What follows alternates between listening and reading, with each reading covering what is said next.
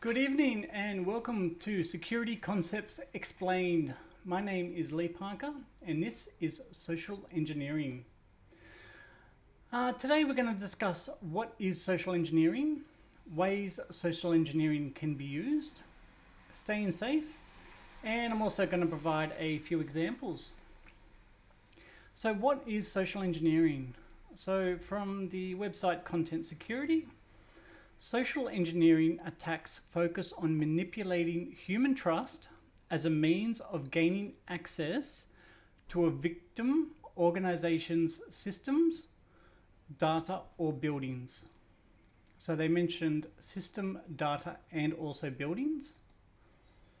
From Wikipedia, social engineering is a psychological manipulation of people into performing actions or divulging confidential information.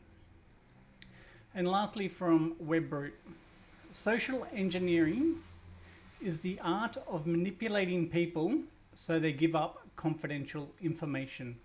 So essentially it's about talking people in or convincing people to give you important information or divulging any type of secrets that you may have. There's many ways social engineering can happen, but essentially that's what social engineering is. So how is social engineering used? Social engineering is used by attackers trying to get you to provide information by any means. This information can then be used for their personal gain or for any number of other reasons. So here we've got, can be used via email, letters, you might receive an email or you might receive a letter in the mail. Talking to people is also social engineering. Phone calls on your phone, receiving text messages, and there's numerous other ways, but they're kind of the main ways it's used. So ways it's used. So via email. So a couple of examples here via email. It's also known as phishing with a PH. You may receive an important email from your boss, from your boss's personal email to transfer money to him. So you might not know his personal email, but he might send you an email saying, "Look, this is my personal email. Can you transfer me money?" That's one method. You may have won a large amount of money, but to claim it, you need to send money first for tax reasons. So basically it could say, look, you've won X amount of money, but in order for you to receive that money, you need to send us a little bit of money, and you give them money and they would never give you any more money. A company has accidentally transferred too much money into your account and they need a refund. That's another common one where they would say, look, we've transferred X amount of money to your account. Can you please refund us the amount of money? And then they can log into your computer and do all sorts of things to make it look like they've actually transferred too much money to your account. Okay, so via a letter, you might receive a letter in the mail. This is not so common these days, but still happens. Wow, a personal letter saying I owe $1,234 for tax. Somebody wants to be my pen pal and now claims to be sick and needs money. And I've just won the New South Wales Lotto, but I've never played. So these are all suspicious kind of emails that... letters that you may receive. And again, you could receive any number of types of letters. These are just examples. Social engineering. So one way this can be done through talking. One way is trying to get into places where you're not usually allowed to get into.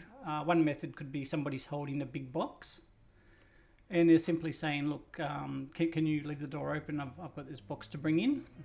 And pretty much it's called tailgating, where they kind of follow in behind you with a box, or for some other reason they will try and get you to let them in a door where you'd need security to get into. talking to somebody, asking them where they live, what number of house it is, etc. Or simply talking to somebody and them trying to sign you up with a physical form that you've got to enter your personal details in. These are all ways of talking to people. There's a whole bunch of different ways, but that is one of the ways. Receiving phone calls. It's called vishing. So via phone calls. It might be Peter from the taxation might be giving you a call, or they might be calling you from Telstra saying you owe them money, and or they might just simply be asking how your finances are going if you're into trading. That's also another common method. SMS, you might receive an alert on your phone. It's called Smishing, this one. So urgent, call this number, and they might provide a number for you to call, or you might state you've missed a call from a certain number, or they might even just ask you to check your email. So if you receive a text message, to check your email, and then they can follow it up with with an email as well. There are a couple of methods that can be used via text. Staying safe. Okay, if it seems too good to be true, it most likely is. So if it seems too good, they're offering too much money, or any other reason it seems too good to be true, really just check it thoroughly, because it most likely is too good to be true, and probably going to get ripped off. Companies will never ask for your password, so never give this out. So generally most companies, they won't ask for a password, or they won't, and if they do, they shouldn't be doing that. So never give out your password. And if you do receive spam letters, never reply to spam emails.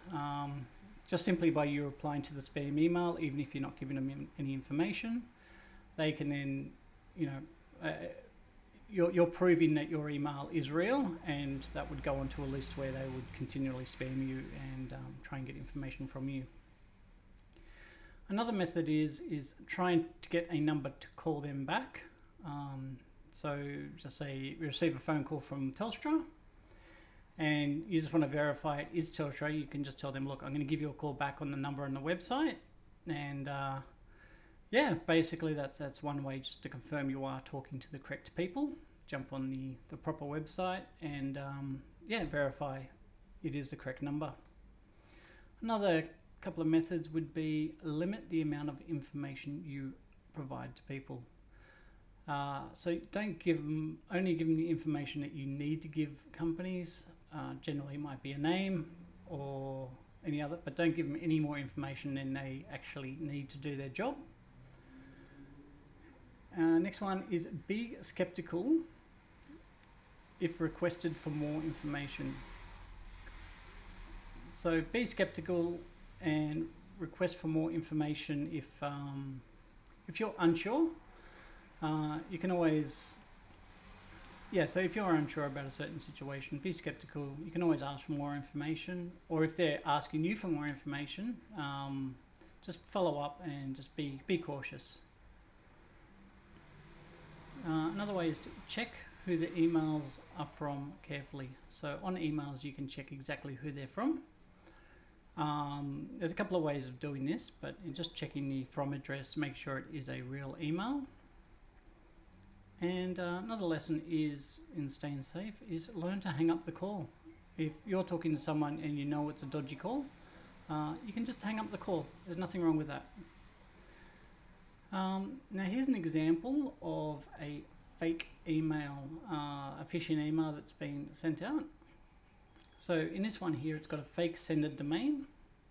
You'll notice in this particular email, it is saying paypal-australia.com.au. So PayPal's real email address is not -Australia, so that they're saying it's a fake email. You can also see suspicious subject and content. So if you see that the subject is a bit suspicious, or even the content. So in this one here, it's got to restore your PayPal account, you'll need to log into your account. That is another, you know, if you get any links asking you to log in, it's suspicious. And sometimes a lot of these fake emails, they got bad grammar. So if you notice any bad grammar on any kind of emails from big companies, you can be assured that companies wouldn't be including bad grammar, especially automated ones. So that's definitely one sign to check out for. Another way is if you do get a link and it's asking you to pay your account now. So in this one, log in to pay your account. If you put the mouse over that link, it'll generally tell you what the link is. So having a look at where the actual link is going, you'll soon notice that you know, there's no HTTPS. It doesn't, nothing to do with PayPal. So more than likely this is a suspicious email, and you wouldn't probably delete it straight away. But yeah, and that's all I have for you on this lesson. So thank you so much for listening. And just to recap, always be cautious and never go opening up links straight away. And there are multiple ways you can get attacked with social engineering. So always be cautious. Don't give out too much information, and you should be all good. Thank you so much for listening. I'll see you next time. Bye.